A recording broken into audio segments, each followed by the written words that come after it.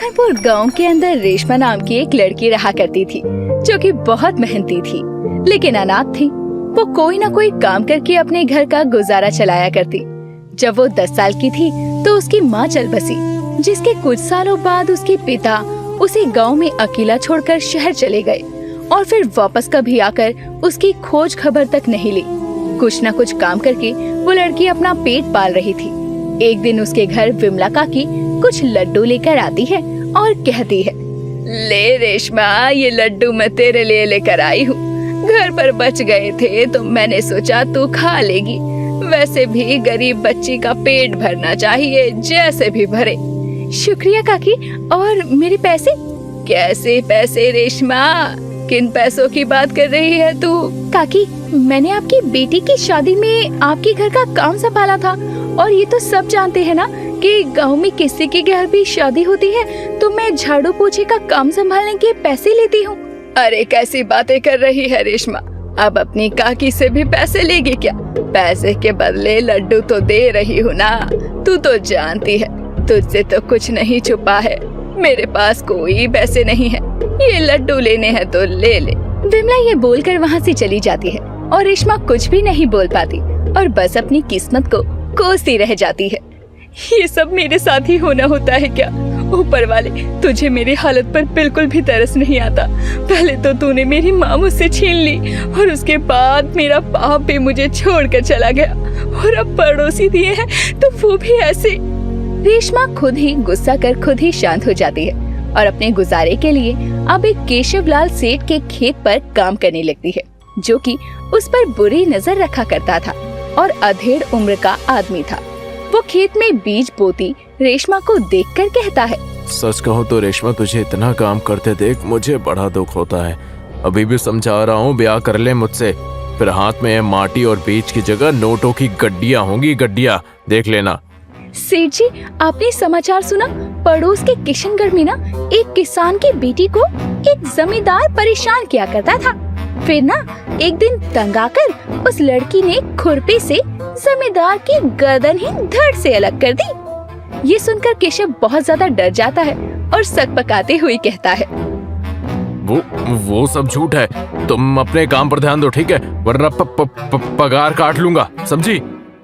केशव ये बोलकर वहाँ से चला जाता है। रेशमा मुस्कुराती हुई अपने काम करने लगती है। जब भी केशव सेठ उसे परेशान करता तो वो झूठी कहानियाँ सुनाने लगती और केशव मरने से बहुत डरता था। वो वहाँ से भाग जाया करता। दिन ऐसे ही गुजर रहे थे। रेशमा कुछ न कुछ काम कर अपना गुजारा किया करती। एक दिन वो खेत से घर जाते हुए एक जगह पर बहुत भीड़ देखती है और खुद से कहती है, अरे ये इस जगह पर इतनी भीड़ क्यों है? मुझे लगता है मुझे जाकर देखना चाहिए, आखिर यहाँ चल क्या रहा है। रेशमा वहाँ जाकर देखती है तो वहाँ एक पानी पूरी वाला पानी पूरी बेच रहा था और उसकी दुकान पर बहुत ज्यादा भीड़ लगी थी। इतनी भीड़ को देखकर रेशमा के मन में सवाल आता है, अरे ऐसे भी कौन सी पानी पूरी दे रहा है जो पूरे गांव वालों ने इतनी भीड़ लगा रखी है? औरतें तो छोड़ो, आदमी भी दुकान पर खड़े होकर पानी पूरी खा रहे हैं। मुझे भी ये पानी पूरी खाकर देखनी चाहिए, आखिर ऐसा क्या है इसकी पानी पूरी में। रेशमा ये बोलकर अपनी जेब को टटोल कर देखती है तो उसके पास मात्र 10 रुपए थे। वो 10 रुपए का नोट देखकर खुद से ही बोलती है, एक काम करती हूँ, 10 रुपए की पानी पूरी खा लेती हूँ, आखिर पता तो चले कि इस पानी पूरी में ऐसा है क्या जो गांव वालों ने इसकी दुकान पर जमावड़ा लगा रखा है। रेशमा भी ये कहकर उस भीड़ में शामिल हो जाती है और पानी पूरी का इंतजार करने लगती है। लेकिन जैसे ही रेशमा का नंबर आता है तो पानी पूरी वाला मनोज कहता है, अरे माफ करना, पानी पूरी तो खत्म हो गई है। कोई बात नहीं, मैं फिर कभी यहाँ आऊंगा तो सबसे पहले तुम्हें ही पानी पूरी खिलाऊंगा, ठीक है? खत्म हो गई? ऐसे कैसे खत्म हो गई?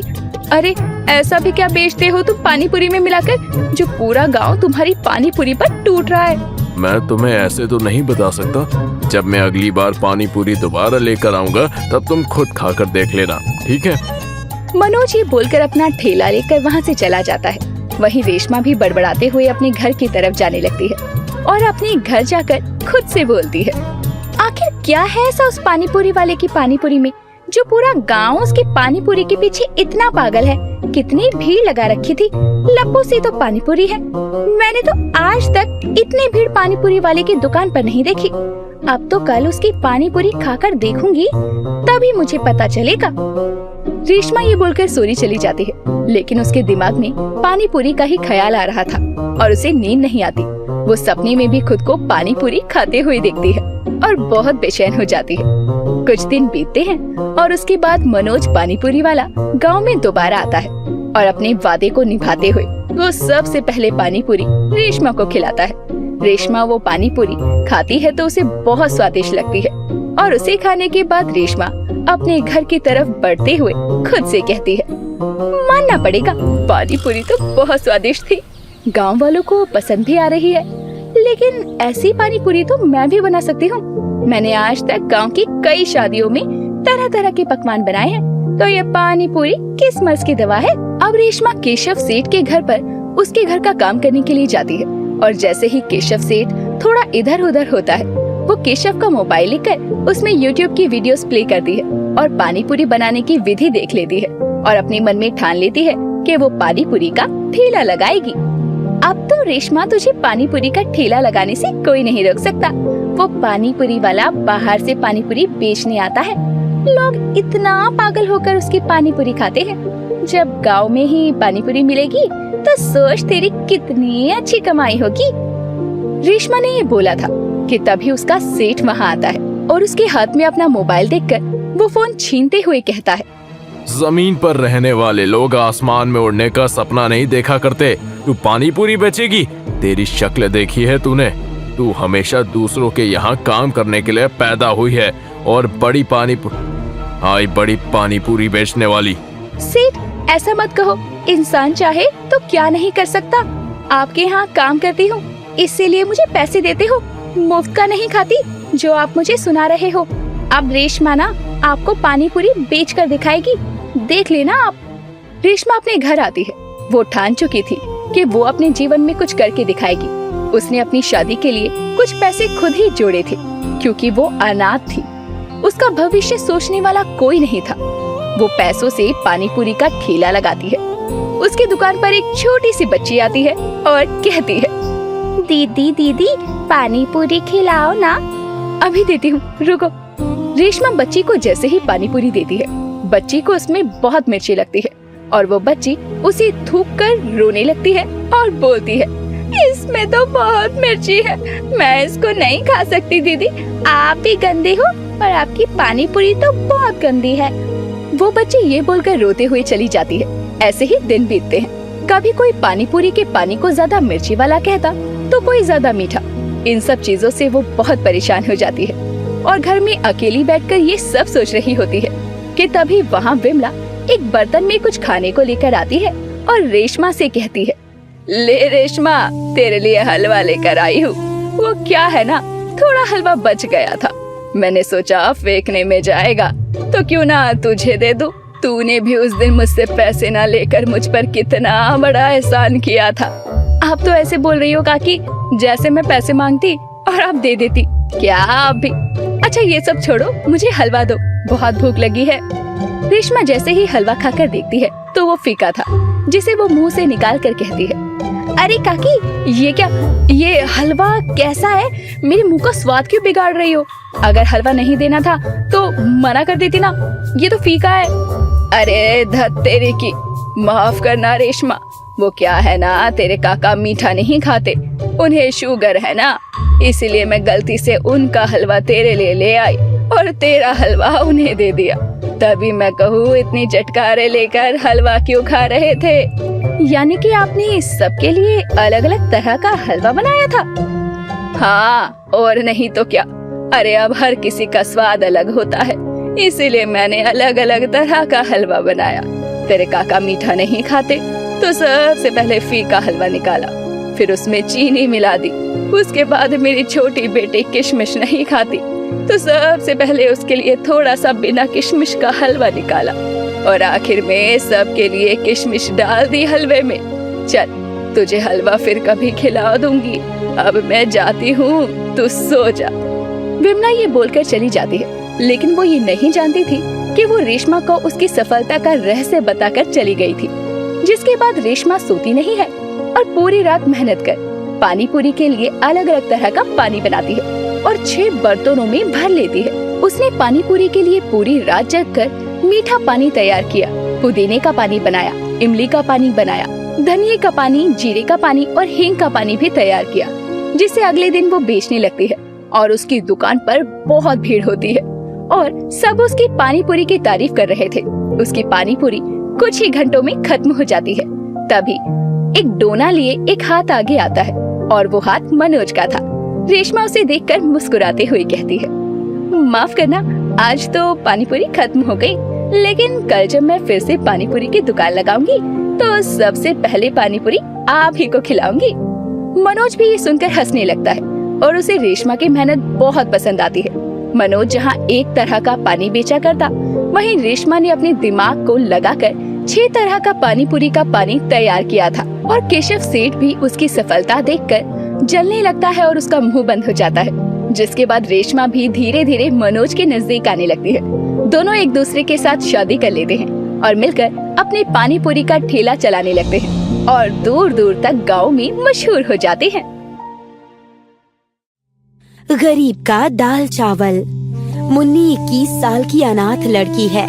अपना पेट पालने के लिए वो कचरे में से बोतल जमा करके कबाड़ी को बेचती है। मुन्नी के पास पक्का घर नहीं था, वो झोपड़ी में रहती है। बारिश के मौसम में उसके घर में पानी आ रहा था। अचानक से तेज आंधी आई और उसके घर की छत उड़ गई। परेशान हो गई हूँ मैं। क्या फायदा ऐसी जिंदगी का? भगवान, आप मुझे उठा क्यों नहीं लेते? तंग आ गई हूँ मैं। हर कोई मुन्नी को गंदी नजर से घूरता था। एक दिन मुन्नी कचरे में से बोतल ढूंढ रही थी। तभी एक आदमी मुन्नी के पास आता है। मुन्नी, अरे मुन्नी, तब से कचरे में क्या ढूंढ रही है? तुझसे मतलब? अपना काम कर तू। आए हाय, तीखी जबान। मेरे साथ मेरे घर चल, तुझे रानी बना के रखूंगा। वो आदमी गंदी नजर से मुन्नी को देखता है और फिर बातों बातों में मुन्नी का हाथ पकड़ के अपनी तरफ खींचता है। अगली बार अगर मेरा हाथ पकड़ा ना तो सबके सामने थप्पड़ मारूंगी तुझे। हरामजादे, भाग यहाँ से। बूढ़ी माँ अपने ढाबे से ये देख रही होती है। मुन्नी लड़की होके भी बिना डरे उस आदमी को थप्पड़ मार देती है। मुन्नी की हिम्मत देखकर बूढ़ी माँ उसके पास आती है।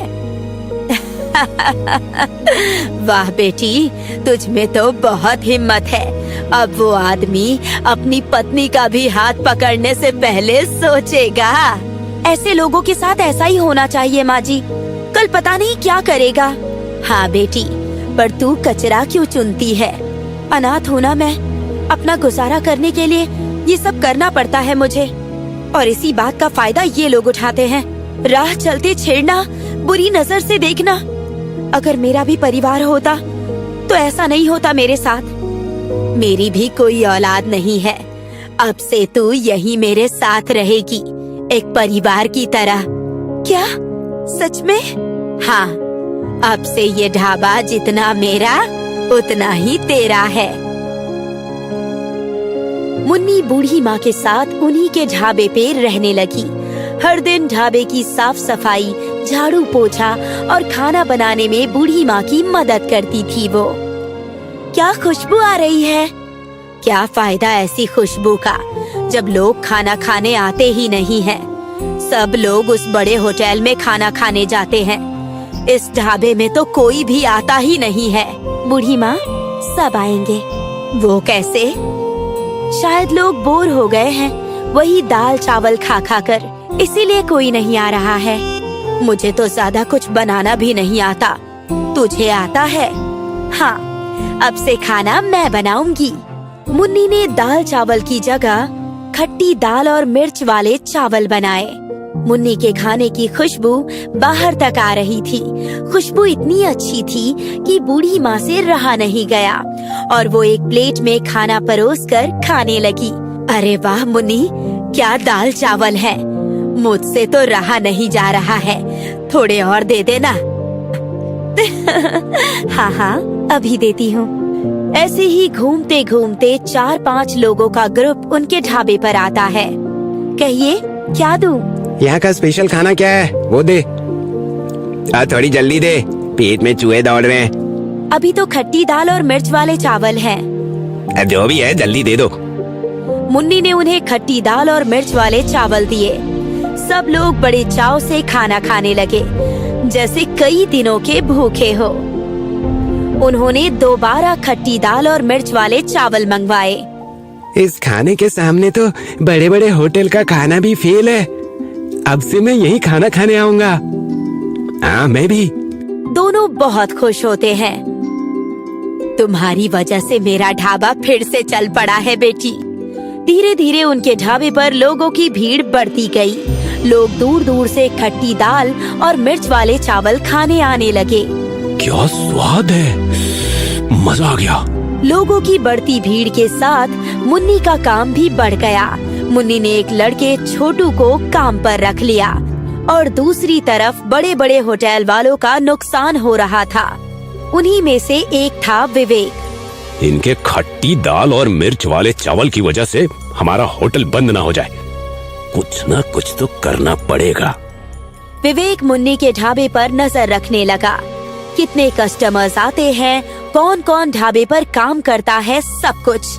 एक दिन विवेक छोटू को रास्ते में रोक लेता है। ओ छोटू। जी कहिए, आपको मेरा नाम कैसे पता है? तेरे बारे में मुझे बहुत कुछ पता है। छोटे से घर में रहता है, तुझे बाइक खरीदनी है, पर तेरे पास उतने पैसे नहीं है। आपको मेरे बारे में इतना कैसे पता? ये सब छोड़, तुझे बाइक चाहिए ना, मैं दिला दूंगा। उसके लिए तुझे मेरा एक छोटा सा काम करना होगा। विवेक ने छोटू को पॉइजन की छोटी सी शीशी दी। तू चुपके से खाने में ये डाल देना, डर मत, इससे कोई मरेगा नहीं। किसी को पता चल गया तो? किसी को कुछ पता नहीं चलेगा। तुझे बाइक चाहिए या नहीं? हाँ हाँ। छोटू चुपके से खट्टी दाल में वो केमिकल मिला देता है। लोगों की भीड़ हर दिन की तरह भरी हुई थी। सब लोग जहर वाला खाना खा लेते हैं। खाना खाने के थोड़ी देर बाद लोगों की तबीयत खराब होने लगती है। सब लोग उल्टियाँ करने लगते हैं और विवेक तुरंत फूड ऑफिसर को वहाँ बुलवा लेता है। हमें कंप्लेंट मिली है, आपके खाने में पॉइजन मिला है। क्या? नहीं सर, मैं अपने खाने में कोई मिलावट नहीं करती हूँ। आप चेक कर लीजिए। वो तो हम करेंगे ही। फूड ऑफिसर रसोई घर में चेक करते हैं। उन्हें पॉइजन की शीशी मिलती है और खट्टी दाल के ऊपर साफ साफ पॉइजन दिख रहा होता है। ये शीशी किसकी है? मुझे नहीं पता, और किसने ये दाल में मिलाई मैं ये भी नहीं जानती हूँ। जहर मिलाती है। अब तुझे जेल में पता चलेगा कि लोगों की जान के साथ खेलने का नतीजा क्या होता है। मुन्नी ऑफिसर को समझाने की कोशिश करती है, पर कोई भी मुन्नी की बात नहीं मानता है और मुन्नी को जेल हो जाती है। विवेक बहुत खुश होता है। लोग पहले की तरह उसके होटल में आने लगते हैं। बहुत अच्छा लग रहा है। इतने दिनों बाद फिर से इतने लोगों की भीड़ देख के अब भगवान जाने अब मुन्नी की क्या हालत होगी। विवेक छोटू को एक महंगी बाइक दिला देता है। अब से ना तू मुझे जानता है ना मैं तुझे। हाँ। 6 महीने बाद जैसे तैसे बूढ़ी माँ मुन्नी की जमानत करवाती है। अब फिर से मुझे अपना ढाबा चालू करना होगा। पहले ये पता लगाना होगा कि पॉइजन की शीशी आई कहाँ से थी। मुन्नी ढाबे पर पहुँचती है। ढाबे की हालत बहुत खराब थी। तभी मुन्नी छोटू को देखती है, एक महंगी बाइक पर सवार। मुन्नी को छोटू पर शक हो जाता है। मुन्नी छोटू के घर जाती है। छोटू कहाँ है? अरे मुन्नी जी, आइए आइए, बैठिए ना। छोटू अभी आता ही होगा। आपने गांव की जमीन क्यों बेची? मुन्नी, हमारी गांव में कोई जमीन ही नहीं है बेटा। क्या? तभी छोटू आया और मुन्नी को देखकर डर गया। छोटू का डरा चेहरा देखकर मुन्नी समझ जाती है कि हो ना हो ये सब छोटू का ही किया धरा होगा। छोटू, आजा, बैठ। तुझे पता है, मैं जेल में 6 महीने थी। पुलिस ने ज्यादा कुछ नहीं किया क्योंकि मैं लड़की हूँ ना। पर अगर मान ले कि अगर तू मेरी जगह होता तो तेरी चटनी बना देते वो लोग। मुझे क्यों मार रहे हो? सारा प्लान तो उसका था। छोटू पुलिस के डर से विवेक के बारे में सब कुछ बता देता है। छोटू की माँ कहती है, बाइक के लालच में तूने कितनों की जिंदगी के साथ खेला है। अरे अगर कोई मर जाता या फिर वो खाना हम खा लेते तो? मुन्नी के बारे में सोच, उसकी क्या हालत हुई होगी जेल में। मुझे माफ कर दो मुन्नी दीदी, तभी मुझे कुछ समझ में नहीं आया। ठीक है, पर छोटू अब तुझे मेरा एक काम करना होगा। जो तूने विवेक के कहने पर किया ना, वो सब तुझे फूड ऑफिसर को बताना होगा। छोटू ने फूड ऑफिसर के सामने सब कुछ साफ साफ बोल दिया। फूड ऑफिसर विवेक को सबके सामने गिरफ्तार करते हैं। मुन्नी, मैं तुझे छोड़ूंगा नहीं। पहले जेल से तो आजा। मुन्नी फिर से अपना ढाबा शुरू करती है। खट्टी दाल और मिर्च वाले चावल। कुछ लोग ही खाना खाने आते हैं, पर वक्त के साथ मुन्नी का ढाबा फिर से चलने लगता है। मुन्नी की हिम्मत ने उसका साथ आखिर तक दिया।